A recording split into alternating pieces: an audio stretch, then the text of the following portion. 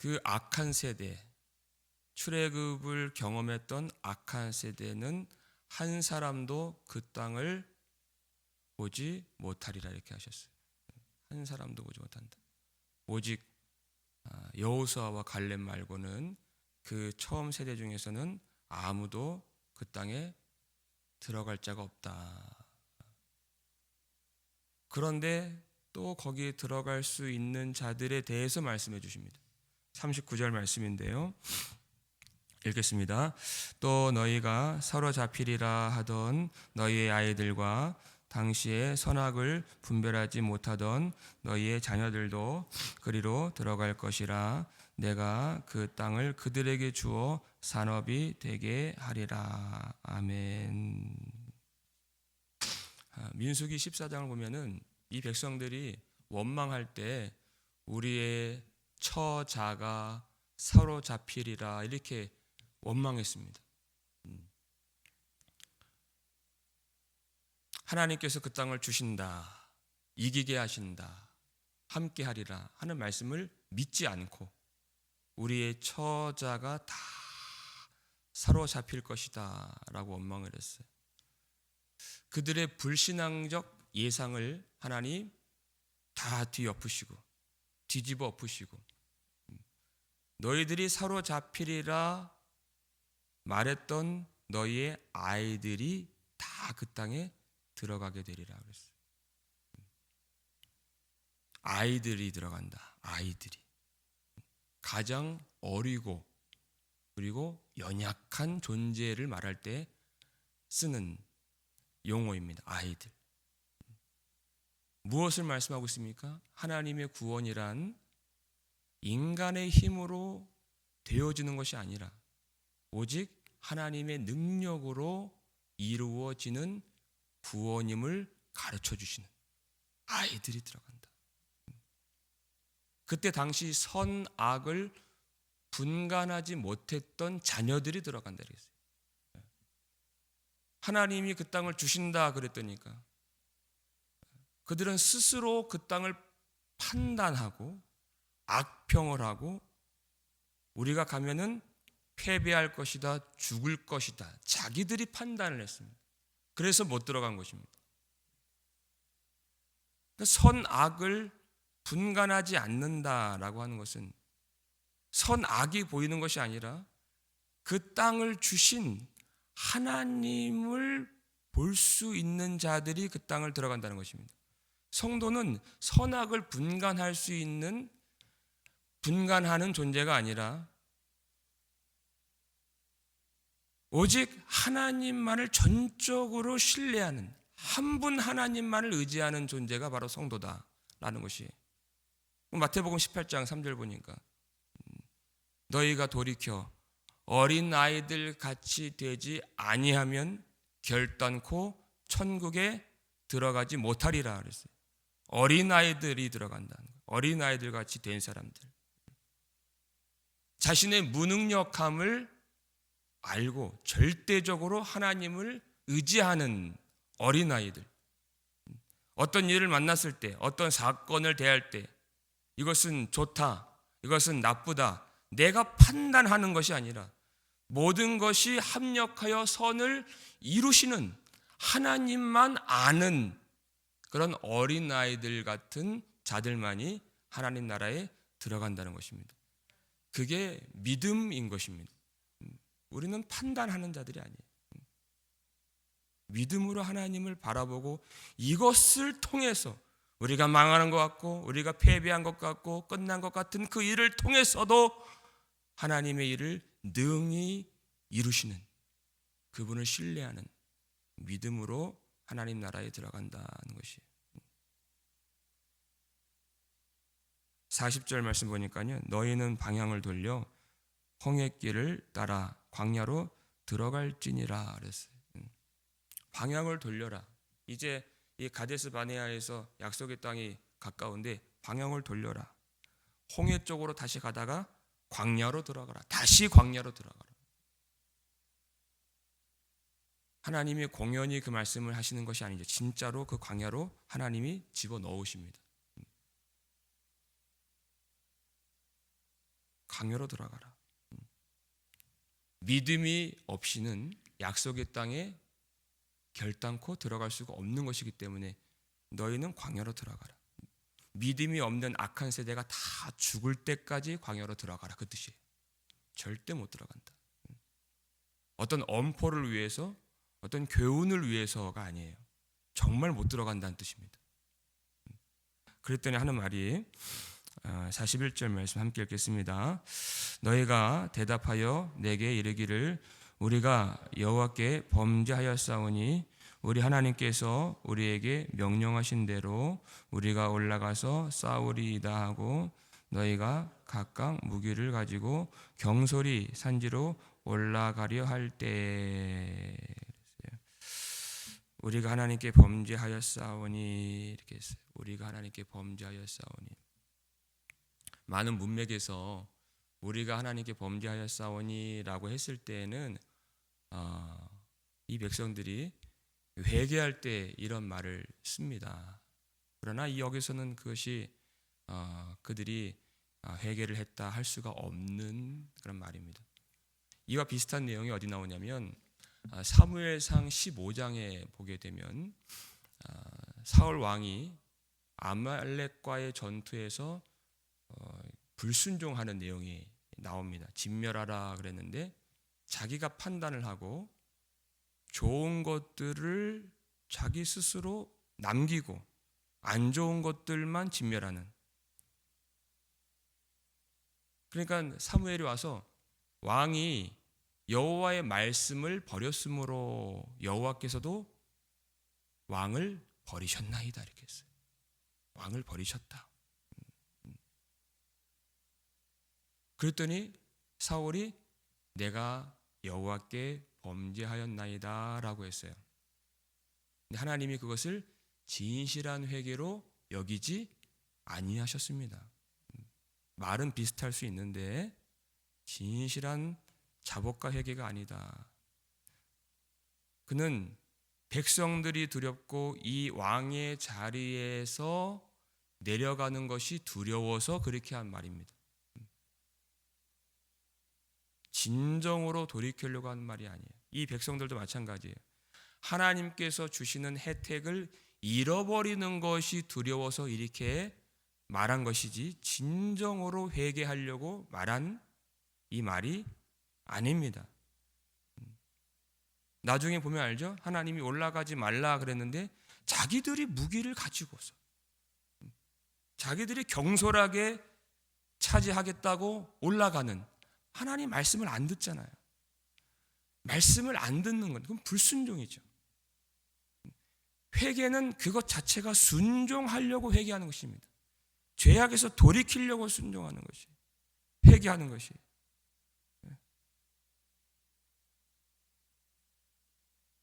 하나님이 올라가라 했을 때는 그 말씀을 믿지 않고 원망하고, 올라가지 말라 그랬을 때는 자기의 힘으로 차지하겠다고, 무기를 가지고 차지하겠다고 올라가는 모습이에요. 여전히 불순종을 하고 있는 그들의 모습입니다. 마태복음 25장 보면은 10명의 처녀가 나오는데 그 중에 5명 미련한 처녀들, 그들은 기름을 준비하지 않았습니다. 기름은 신랑이 왔다 했을 때 부랴부랴 준비할 수 있는 기름이 아닌 것이었습니다. 그때는 못 준비해요.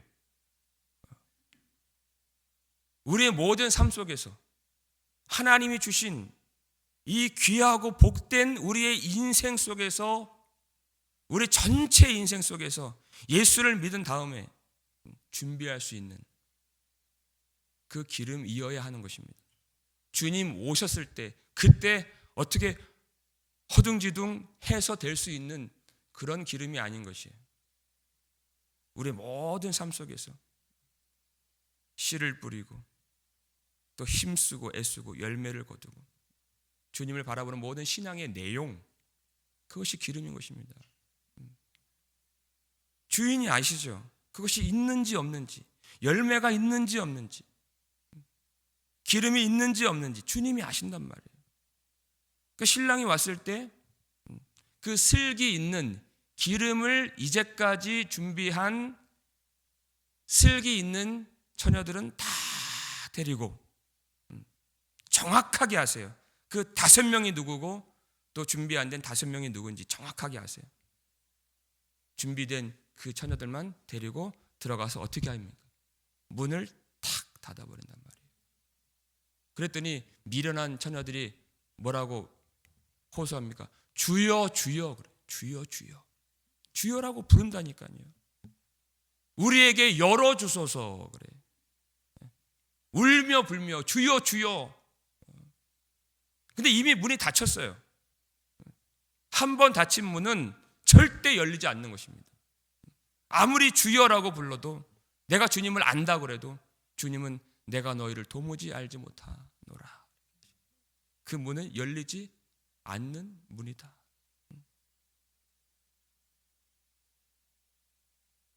너무 늦게 부르짖은 주여 주여인 것입니다. 문은 닫혔어요. 우리가 회개를 이해할 때, 많은 사람들이 회개라고 했을 때 그 회개를 어떻게 인식하고 또 이용하는지 회개를 이용해요. 악용하기까지 하는 거예요. 내 마음대로 살다가 하나님이 벌하실 것 같으면은 회개하는 척을 하는 거예요. 하나님을 달래는 어떤 카드같이 쓰는 회개, 그건 하나님을 길들이려고 하는 거죠. 회개를 하려고 하는 것이 아니라 내 마음대로 그냥 혜택을 얻으려고, 응답을 얻으려고, 그 상황을 모면하려고 하는. 하나님이 그거를 모르십니까? 우리의 폐부를 꿰뚫어 보시는, 우리의 중심을 아시는 우리 하나님이 그것을 모르시겠습니까? 이미 이 악한 세대에게는 문이 닫혔어요.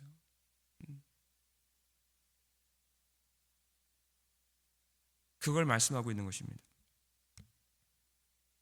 42절 보니까 여호와께서 내게 이르시되 너는 그들에게 이르기를 너희는 올라가지 말라 싸우지도 말라 내가 너희 중에 있지 아니하니 너희가 대적에게 패할까 하노라 하시기로 그랬어요. 올라가지 말라 그랬어요. 왜냐하면 내가 너희 중에 있지 아니하니 너희와 함께 하지 않겠다 이렇게 말씀하세요. 하나님. 우리 신앙의 맹점이 뭐냐면 하나님의 은혜를 너무나도 가볍게 여긴다는 것입니다. 하나님이 함께 하신다는 것을 너무나도 당연시 여긴다는 것입니다. 하나님이 그것이 아닌 것임을 보여주시겠다는 것이에요. 하나님과 함께하는 것이 얼마나 놀라웠던 은혜였는지를, 과거형이죠. 이제까지 광야를 지내면서 하나님이 안아주시고 모든 전쟁에서 이기게 하시고 모든 위경에서 건져내 주신 그 은혜가 얼마나 귀한 것이었으며 엄청난 은혜였는지를 이제부터 너희에게 보여주겠다. 우리는 하나님을 너무나도 쉽게 여기는, 하나님이 당연히 주셔야 한다고 생각하는 그런 면이 있습니다. 그러나 너희가 올라가도 내가 너희와 함께하지 않겠다 이렇게 말씀하세요. 그랬는데도 43절에 내가 너희에게 말하였으나 너희가 듣지 아니하고 여호와의 명령을 거역하고 거리낌 없이 산지로 올라가매 이렇게 있죠. 하나님 말씀을 듣지 않는다. 거역하고 거리낌 없이 그냥 산지로 올라간 것입니다. 자기 무기를 취하고 하나님 말씀을 여전히 듣지 않고 올라가라 그랬을 때는 올라가지 않고 올라가지 말라 그랬을 때는 그들이 또 올라가고, 도무지 하나님 말씀에 그대로 순종을 하지 않는, 그 때를 알지 못하는 것입니다. 때를 알지 못하는 것. 이미 문이 닫혀버렸어요. 지금은. 어떤 결과가 있습니까? 44절 읽겠습니다. 그 산지에 거주하는 아모리 족속이 너희에게 마주 나와 벌떼같이 너희를 쫓아 세일산에서 쳐서 호르마까지 이른지라 그랬어요.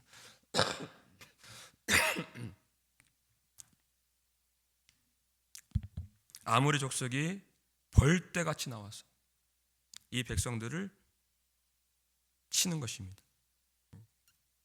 완전하게 패배하죠. 민수기 말씀 보니까 여호와의 언약궤는 모세와 함께 진영을 떠나지 아니한지라 이렇게 됐어요. 하나님이 함께 하시지 않는 전쟁이었다는 것입니다. 그들만 나간 전쟁, 무기를 가지고 나간 전쟁. 하나님이 함께 하시지 않는 전쟁은 결코 승리를 거둘 수 없다는 것입니다. 하나님이 우리와 함께 하시지 아니하시면 우리는 아무것도 할 수 없다. 이 전쟁은 사람의 힘으로 하는 것도 아니고 군사의 많은 수로 이길 수 있는 것도 아니며 무기를 갖는다고 해서 승리할 수 있는 전쟁이 아니다. 여러분, 우리가 가장 잘 산 인생이 무엇입니까? 무엇을 갖는 것도 아니고 뭐가 되는 것도 아니고 하나님과 동행하는 인생인 것입니다. 하나님과 함께하는 인생. 하나님이 그를 아시는 그 인생. 하나님이 떠나지 아니하시는 그 인생. 그것이 가장 잘 산 인생이죠. 하나님이 함께 하시지 아니하시면 패배와 수치를 당할 수밖에 없는 것이 우리의 인생인 것입니다. 이 아침에 우리가 나온 것도 하나님이 우리와 함께 하신다는 그 약속을 붙들고 그 은혜가 얼마나 귀한 은혜인가를 알기 때문에, 당연한 것이 아님을 알기 때문에 더 그 은혜를 구하고 더 충만하게 하나님과 함께하기를 소원하여서 나온 자리임을 우리가 아는 것입니다. 근데 그들이 하나님 없이 나갔다가 완전히 그들이 패배하고 두들겨 맞았어요. 45절 말씀 함께 읽겠습니다. 너희가 돌아와 여호와 앞에서 통곡하나 여호와께서 너희의 소리를 듣지 아니하시며 너희에게 귀를 기울이지 아니하셨으므로. 이들이 완전히 패배하고 돌아와서 여호와 앞에서 통곡했다. 여러분, 이것은 회개하며 눈물을 흘리는 그 애통이 아닙니다. 복음서를 보면은 종종 만나게 되는 구절이 있는데, 하나님 나라에 들어가지 못한 사람들이 바깥 어두운 데서 슬피 울며 이를 갈미 있으리라. 그 내용 나오죠. 그들이 운단 말이에요. 문이 닫혔을 때, 열리지 않았을 때 그들이 운단 말이에요. 주여 주여 하면서 운단 말이에요. 그 눈물이에요. 그 통곡이에요. 누가복음 6장 21절 보니까 그래서 주님이 지금 우는 자는 복이 있나니 말씀하십니다. 문이 닫힌 후에 울어봤자 아무 소용없는 거예요. 지금 우는 자는 복이 있나. 왜 웁니까? 왜? 돈 없어서 우는 거 아니에요. 몸 아파서 우는 거 아니에요. 나를 버리려고 우는 것입니다. 내 육신을 버리려고. 자꾸만 판단하는, 예수 그리스도만 보여야 되는데 자꾸만 내가 판단을 하려고 하는 나의 생각을 버리려고. 하나님 말씀하시는데 올라가라 그랬는데 안 올라가고, 순종하라 하는데 순종하지 않고, 하지 말라 하는 그것을 하는 그 내 뜻을 버리려고, 자기를 버리려고 우는 것이에요. 지금 우는 자가 복이 있나니 하는 것이에요. 나를 버리려고 올 때, 가슴을 치면서 올 때 그 통곡과 그 애통의 소리는 하나님이 들어주신다는 것입니다. 하나님이 누구의 소리를 들어주시는가? 누구의 기도를 들어주시는가? 누구의 통곡의 소리를 들어주시는가? 시편 66편 18절 보니까 내 마음에 죄악을 품었더라면 주께서 듣지 아니하시리라 그랬어요. 내 마음에 죄악을 품었더라면 하나님이 안 들으신다. 여기에 여호와께서 너희의 소리를 듣지 아니하시며 그랬잖아요. 아무리 울어봤자 그때 가서 하나님 안 들으신다는 것입니다. 그 속에 무엇이 들어있는가? 죄악이 가득 들어있어요. 불순종이 가득 들어있고 자기 생각에 가득 들어있어요. 하나님이 안 들으신다. 누굴 들으십니까? 그 안에 예수 그리스도로 가득한 사람. 예수로 충만하면 그냥 살 수 없어요. 하나님 앞에서 예수 그리스도의 험한 십자가 보혈을 붙들고 주님이 내 안에 계시기 때문에 어떻게 내 속에 죄악을 품을 수가 있습니까? 그 죄악을 다 토해내는 것이, 토설해내는 것이, 다 개워내는 거예요. 그것을 위해서 우는 것입니다. 그 소리를 하나님이 들어주신다. 여러분, 예수 그리스도의 이름 안에서 예수 그리스도 그분의 자격으로 오늘도 주님 앞에, 하나님 앞에 나와 기도할 수 있는 이 사실에 진정으로 감사하실 수 있길 바랍니다. 어떤 문제라는 것이 해결되어서 감사하는 것이 아니라 내가 예수 그리스도 안에서 기도의 문이 열려 있는 것, 하나님의 은혜의 문이 아직 열려 있는 것, 회개할 수 있는 그 문이 열려 있는 것에 진정으로 감사할 수 있는, 하나님은 그것을 기다리십니다. 내 인생에서 이런 문제가 해결되고 저런 문제가 해결되고 하나님 별로 관심이 없으세요. 그런 것은 중요한 것이 아니에요. 이 땅에 살면서 그 문이 열려 있을 때 진정 그 영혼이 하나님께로 돌아가는가, 하나님께로 돌아가는가, 내 삶의 길이 열리는가 길이 닫히는가, 그건 하나님께는 전혀 중요한 일이 아니에요. 정말 그 영혼이 하나님께로 열린 문으로 들어갈 수 있는 영혼인가? 이게 그 문이 금방 닫히는데, 문이 닫히고 주여 주여 우리에게 열어주소서 할 자들이 너무나도 많은데, 너무나도 많은 사람들이 넓은 길로 가다가 멸망을 당한다고 말씀하시는데 그 좁은 길로 갈 수 있는 자가 과연 이 땅에 있는가? 그런 사람들을 하나님이 기다리신다는 것입니다. 여러분, 오늘 이 아침에 기도의 문이 열리고 우리에게 예수 그리스도 안에서 은혜의 문을 열어주신 하나님께 찬송하실 수 있길 바랍니다. 이 문이 닫히기 전에 우리가 기도할 수 있을 때 예수 그리스도께서 우리 안에 주장해 주심으로 죄악을 토설할 수 있을 때, 길을 돌이킬 수 있을 때 진정으로 회개하고 하나님이 열어주시는 그 놀라운 영광의 문을 통과하여 아버지의 나라 다 들어가실 수 있는, 다 들어가실 수 있는 저와 여러분 되시기를 주님의 이름으로 축원합니다.